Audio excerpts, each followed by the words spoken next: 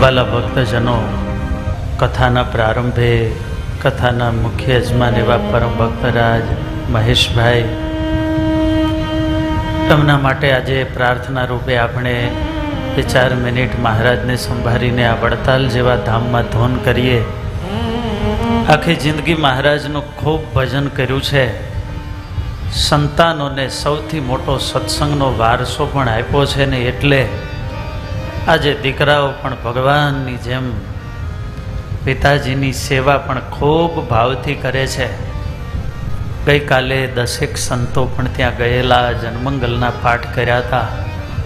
સેજે એકવાર મેં પૂછ્યું ધર્મેશભાઈને, શું મહારાજને પ્રાર્થના કરીએ, મહારાજ સુખિયા કરે? તો કે ના ના સ્વામી, અમારી ભાવના તો એવી જ છે કે મહારાજ સાજા કરે અમારી.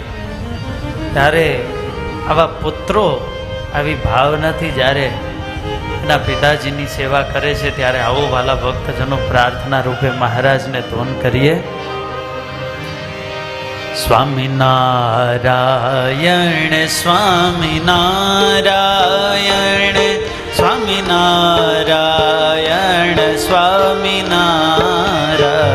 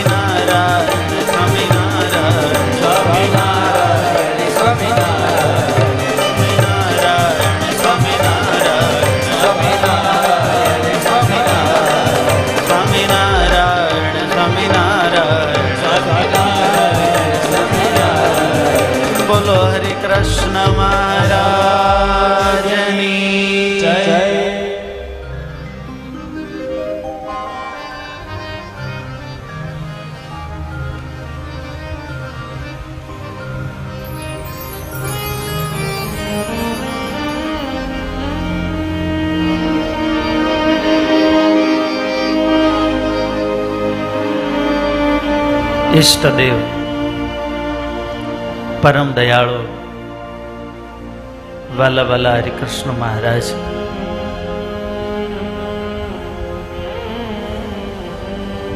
આજે ખાસ આપણી વચ્ચે ઉપસ્થિત પૂજ્ય વિશ્વવલ્લભદાસજી સ્વામી, સ્વયં પ્રકાશદાસજી સ્વામી, નિર્ગુણ સ્વામી, કેશવપ્રિયદાસજી સ્વામી, અમદાવાદ નિકોલ ગુરુકુલથી પધારેલા આત્મ સ્વરૂપ સ્વામી, વેદાંત દર્શનદાસજી સ્વામી આદિક સર્વે સંતો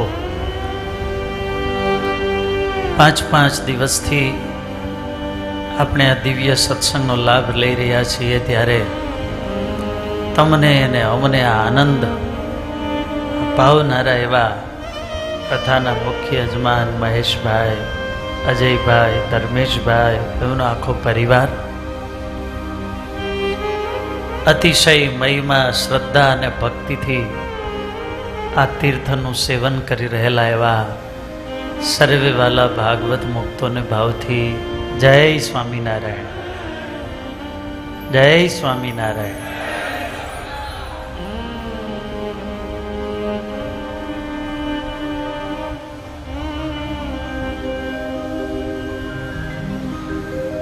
ચાર દિવસથી વડતાલ ધામની એ લીલા અંતર્ગત આપણે આચાર્ય પ્રવર રઘુવીરજી મહારાજનું જીવન સાંભળી રહ્યા છીએ.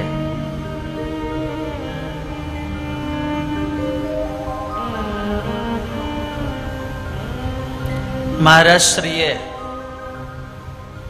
ધર્મકુળમાં દ્રષ્ટિ કરી કે અમારા સ્થાને બેસાડવા યોગ્ય કોણ છે. રઘુવીરજી મહારાજને તો કોઈ સંતાન હતું નહીં. આનંદાનંદ સ્વામીનો એ શાપ પણ નિમિત્ત હતો. પોતાના નાના ભાઈ બદ્રીનાથના પુત્ર ભગવત પ્રસાદજી બહુ ગુણિયલ હતા.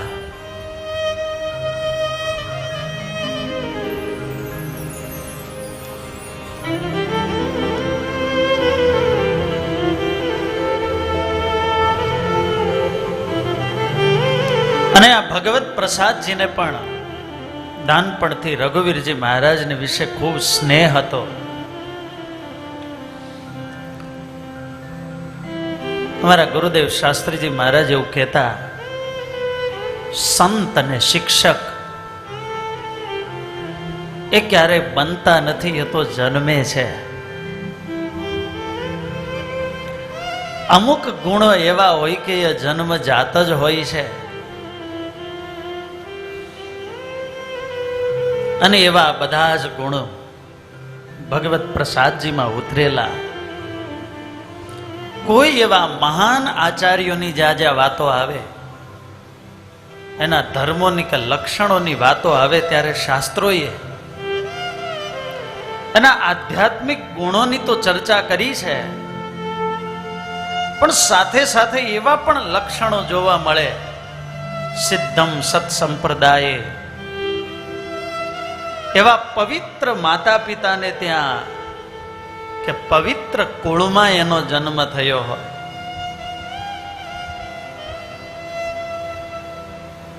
જો કે સંસાર છોડ્યા પછી એ ત્યાગી માટે એનો પરિવાર હોતો નથી, પણ છતાંય પોતા માટે નથી, પણ એ પરિવારનો બહુ મહિમા તો હોય છે. કારણ કે અંતે એવું કહેવાય કે માણસ એના લોહીના ગુણ ઉપર જાય. પ્રેમ સે બોલો જય સ્વામિનારાયણ. માતૃ શુદ્ધિ, પિતૃ શુદ્ધિ, વંશ શુદ્ધિ, અન્ન શુદ્ધિ અને આત્મ શુદ્ધિ, આ 5ની શુદ્ધિ જોવાતી હોય છે.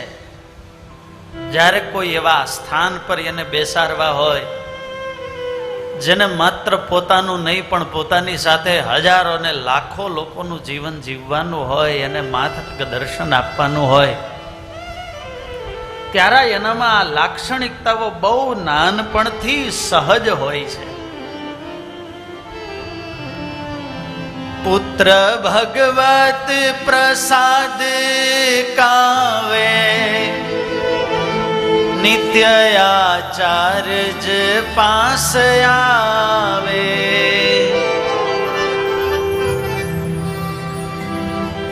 નિત્ય એને રઘુવીરજી મહારાજની પાસે રહેવું ગમે. બાળપણથી જાણે એના પિતા હોય એવું ભગવત પ્રસાદજીને હેત. જ્યાં જ્યાં જાય તો સાથે જાય, ભેળા પોતે દોડીને આવે, આચા રજને ચાખડિયું પહેરાવે. નાનપણથી આવો એનામાં નિર્માની ભાવ. જમવું હોય ત્યાં તેડવા આવે, ચાલો બાપુ એમ કહીને બોલાવે. બેસે જમવાયા ચાર જ જીયા, આગે જણ સોલાવી મેલે તિયા. કોની વાત ચાલે છે? ભગવત પ્રસાદજી મહારાજની દર્શન કરાવજો. સેવા કરે નિત્ય નિત્ય એમાં, એવો ભક્તિમાં બહુ પ્રેમ. સાધુ જમતા હોય ત્યાં જાય, પીરસ્યા માયા કળા થાય. બસ સેવાની તક મળવી જોઈએ. મહારાજ શ્રી નહીં, સાધુ જમતા હોય તો એને પીરસવા જાય. જેમ વાળે તેમ વળે એવા મોટા સંતોને ગમે તેવા. આ બહુ મહત્વનું છે.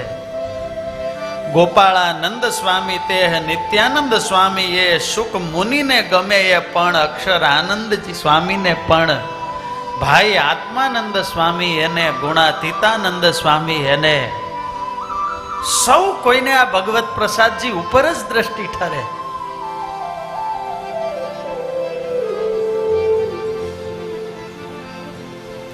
એક હતા ગોપાળજી, જે રઘુવીરજી મહારાજના મોટા ભાઈ હતા, એના પુત્ર હતા કૃષ્ણ પ્રસાદજી, કે જે બહુ ભણેલા ને બહુ વિદ્વાન અને ગુણિયલ હતા.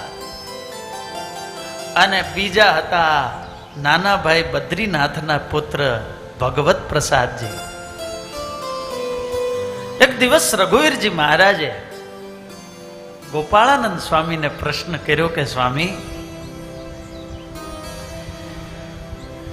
કે આ બેમાંથી તમારી દ્રષ્ટિ કોના ઉપર ઠરે છે?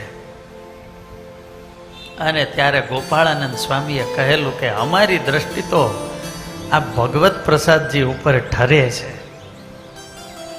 અને એટલા માટે સ્વામીની ભલામણ હતી એટલે રઘુવીરજી મહારાજ પણ એને સાથે વધારે રાખતા.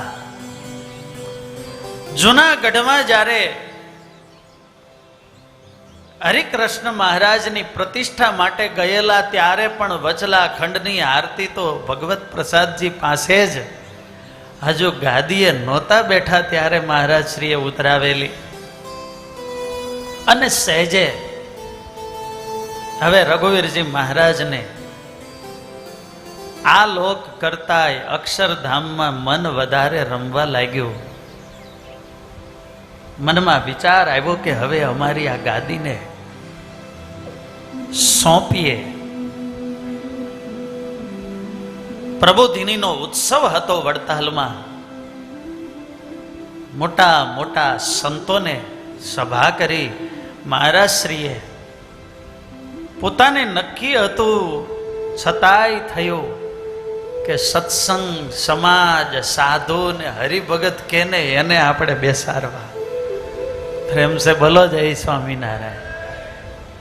એ વખતે સુખાનંદ સ્વામી, અક્ષરાનંદ સ્વામી, બાહ્યત્માનંદ સ્વામી, ગુણાતીતાનંદ સ્વામી, અદ્ભુતાનંદ સ્વામી, પુરુષાનંદ સ્વામી, પવિત્રાનંદ સ્વામી, બ્રહ્મચારી અચિંત્યાનંદજી, નારાયણાનંદજી, બ્રહ્મચારી માધવાનંદજી આદિક સભામાં હતા.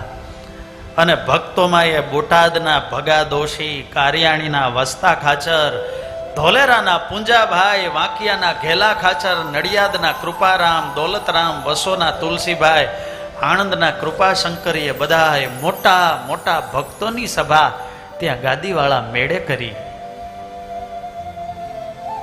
અને કહ્યું કે હવે અમારી ઈચ્છા છે કે અમારી આ ગાદી કોઈ સુયોગ્ય હોય એને અમારે સોંપવી છે. રઘુવીરજી મહારાજનું વ્યક્તિત્વ જાણે સૂરજ જેવું હતું કે આ સત્સંગ આખો એનાથી ઉજળો હતો. શરદ પૂર્ણિમાના ખીલેલા એ ચંદ્ર જેવું હતું કે જેનાથી સૌને શીતળતા, અને જેમ ચંદ્ર 18 ભાર વનસ્પતિનું ઔષધિનું પોષણ કરે એમ સત્સંગને પોષણ પણ મળતું હતું. સૌ કોઈ રાજી હતા, છતાંય રઘુવીરજી મહારાજે આવો સંકલ્પ કર્યો. પેલા તો મોટા મોટા સંતો કહેવા લાગ્યા કે ધન્ય છે રઘુવીરજી, નહીતર તો વાહે વાળા છોડાવવા માગે તોય કોઈ ગાદી છોડવા તૈયાર થાય. રઘુવીરજી મહારાજે કર્યું જેવું બીજે કોણે ન થાય એવું, પોતે જુવાન તોય સોંપી દઈ, બેઠા નિધડકન ચિંત થઈ, બેઠા નિધડકન ચિંત થઈ. પોતે હજુ સક્ષમ હતા તો પણ ગાદી સોંપવાનો સંકલ્પ કર્યો. અને આ વસ્તુ આવી છે, એ હોય અમે હોય કે તમે, સમય આવે વ્યવહાર સોંપી દઈએ ને તો માન સોતા જીવાય, અને પરાણે છોડાવે પછી બે જાય. સુખ હોય અને સોંપી જે દેવું, એ તો કેણેય બને નહીં એવું. આચાર જે કર્યો જે ઉપાય, એ તો ભગવાન પોતે તો જ થાય. આ બધા ભગવાન જેવા ગુણો હતા. આવું નિર્લેપપણું, આટલા માન પાન પૂજા મળતા હતા તો એ છોડવા તૈયાર થાય. આચાર્ય મહારાજે કહ્યું કે અમારે છોડવું છે. બધાએ કહ્યું તો આપ જ કહો બાપજી, તમારી દ્રષ્ટિ કોના પર ઠરે છે? અને ત્યારે રઘુવીરજી મહારાજે કહ્યું, મોટા ભાઈ ગોપાલજીના પુત્ર કૃષ્ણ પ્રસાદ અને નાના ભાઈ બદ્રીનાથજીના પુત્ર ભગવત પ્રસાદ, અમારી દ્રષ્ટિ આ બે ઉપર ઠરે છે. ગાદી લાયક છે જણ બે, કેને દેવી કહો તમે, કે તમે કયો એને આપીએ. મને તો બંને લાયક લાગે છે. તમે છો સર્વે શ્રીજીના અંગ, તમો આધારે છે સત્સંગ, માટે જેમ કહો તેમ કરીએ, તમારા વચનો ઉર ધરીએ. એ તમે કહો એમ કરીએ. વળી એમણે પૂછ્યું કે તમે બાપજી કહો, તમે કોને કહો છો? એટલે રઘુવીરજી મહારાજ બોલ્યા કે એકવાર અમને ગોપાળાનંદ સ્વામી આ પ્રશ્ન પૂછ્યો ત્યારે સ્વામીએ કહેલું કે અમારી દ્રષ્ટિ નાના ભગવત પ્રસાદજી ઉપર ઠરે છે. અને જ્યાં ગોપાળાનંદ સ્વામીનું નામ આવ્યું ને, એટલે જેટલા સાધુ સત્સંગી હતા બધા એક વચને એવું બોલ્યા કે જો ગોપાળાનંદ સ્વામીએ તમને આ ભલામણ કરી હોય તો એમાં ફેરફાર કરનારા અમે બધા કોણ? બોલેલા સ્વામી ગોપાળ જે જાણી શ્રીજીની ઈચ્છાથી માટે જ પ્રમાણે આદરવો, એથી અન્યથા કાંઈ ન કરવો. મોટાના વચન એ બહુ માર્મિક હોય છે. ગોપાળાનંદ સ્વામી કેવા સમર્થ હાથમાં પાણીનું ટીપું હોય એમ જીવના આ જન્મના તો કર્મને આગળ પાછળથી જોઈ શકે, પણ એકવાર સ્વામી બોલેલા કોઈની સામે કે તારા આગળના 50 જન્મ અને તારા ગયા 50 જન્મને હું આ પાણીના ટીપાની જેમ જોઈ શકું છું.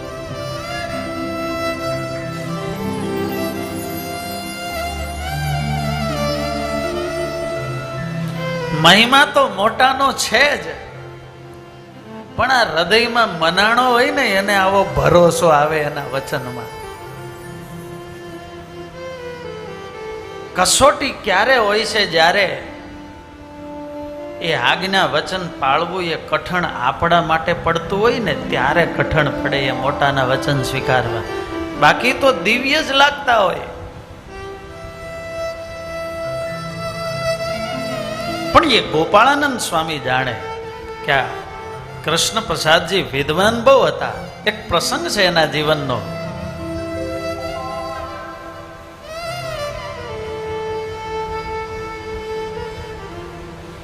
એકવાર મહારાજે પણ કૃષ્ણ પ્રસાદજીને દર્શન દીધેલા.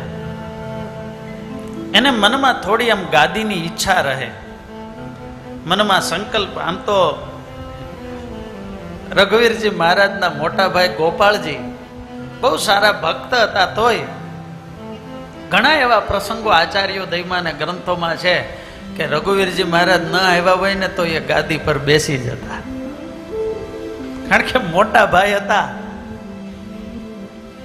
એટલે ત્યારે તો મોટા મોટા થાંભલા જેવા સાધુ હતા. એટલે ગોપાળાનંદ સ્વામી ને નિત્યાનંદ સ્વામી હળવેકથી સમજાવે કે ગોપાળજી, એ તમે ગુણિયલ છો, સારા ભક્ત છો, પણ મહારાજે રઘુવીરજીને બેસાડ્યા છે તો એ ગાદી ઉપર એ બેસે તો સારું. એટલે આમ સમજાવટ હાલતી, ત્યારથી ચાલુ હોય થોડું થોડું. અને ઘણીવાર થોડા મોટા ઝઘડા થઈ જાય તો વળી રઘુવીરજી ગુણાતીતાનંદ સ્વામી પાસે જઈને એ પાછા પ્રેમથી કહેતા કે સ્વામી, આ અમારું ધર્મકુળ બધા ભોળા બહુ, એટલે સ્વામી નાના મોટા સમાધાન કરાવતા. ગોપાળજીએ તો ગાદી નહોતી મળી, પણ એના પુત્ર કૃષ્ણ પ્રસાદજીને તો ઈચ્છા હતી કે હું તો મોટો, એટલે સંસ્કૃત પણ ખૂબ ભણેલા, અને એને એમ કે આ સાધુ એ બધાયને શાસ્ત્ર જ્ઞાતા આચાર્ય તો શાસ્ત્ર ભણેલા હોવા જોઈએ, માટે હું એવો વિદ્વાન થાઉં કે સાધુને બધાને બહુ ગમું.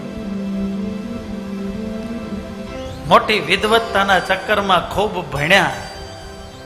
અને એમાં એક પ્રસંગ એવો આવે છે કે વડોદરાની અંદર એકવાર એ જ્યારે એણે વડોદરા છોટી કાશી કહેવાતી, એટલે ત્યાં વિદ્વાનોની પાસે ભણેલા, અને આમ બધા સંસ્કૃતના બધા વિદ્યાર્થીઓ હતા. એની આગળ કીધું કોણ છે આ વડોદરામાં કે મારી સાથે શાસ્ત્રાર્થ કરે, અને એણે ભણતી વખતે શાસ્ત્રાર્થ કરીને વડોદરાના બધા વિદ્વાનોને જીતી લીધેલા. આવા એ મોટા વિદ્વાન હતા. અને એટલી મહેનત કરતા, બસ મનમાં ઈચ્છા હતી કે બહુ ભણું ને સારો વિદ્વાન થાવ તો બધાય મને આગળ કરે ને મને ગાદી આપે. અને એટલું ભણતા કે એક વાર તો રાત્રે દીવો કરીને પણ એ વાંચતા હોય, હાથમાં પાનું રહી ગયું, દીવાને અડી ગયું ને પાનું હાથમાં સળગી ગયું. નિંદર આવી ગયેલી. રાત્રે 12 વાગે મહારાજને દર્શન દીધા અને કીધું, કૃષ્ણ પ્રસાદ, આ ભણવામાં આટલો બધો દાખલો કેમ કરો છો?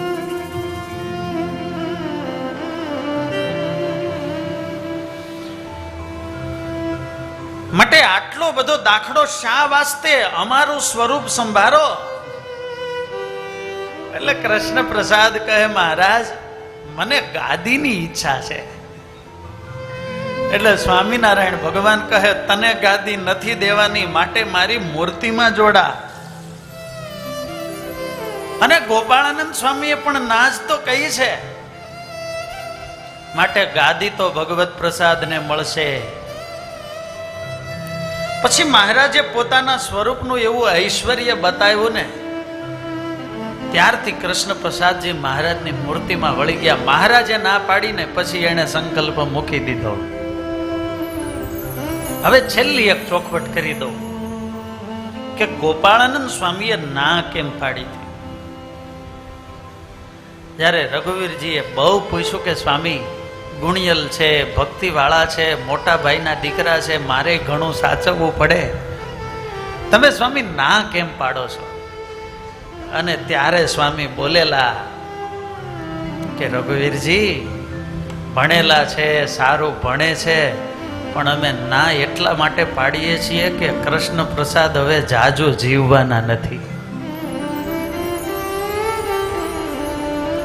અને 21 વર્ષની ઉંમરે મહારાજના ધામમાં ગયેલા. આ વંશમાં એવો શાપ હતો, 7 વર્ષ સુધી કોઈ વડતાલમાં આવે નહીં. અને એટલે જ્યારે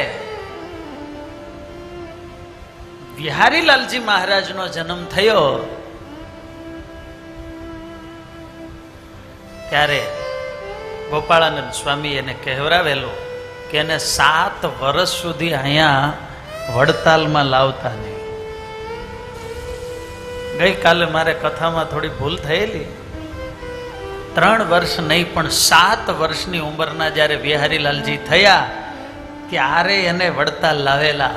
અને ત્યારે ગુણાતીતાનંદ સ્વામી એને કંઠી બાંધેલી અને બિહારીલાલજીને સ્પેશિયલ ના પાડી કે વડતાલ લાવતા નહીં. કેમ? તો કે એ ખબર હતી મોટા સંતોને કે ભગવત પ્રસાદજી પછી આ ગાદી દીપાવે એવા બિહારીલાલજી છે. नमस्कार, अगर ये वीडियो आपको पसंद आया हो तो लाइक एंड शेयर करना न भूलें और बेल आइकॉन पर क्लिक करें. सब्सक्राइब जरूर करें सूरत गुरुकुल चैनल को. धन्यवाद. जय स्वामीनारायण.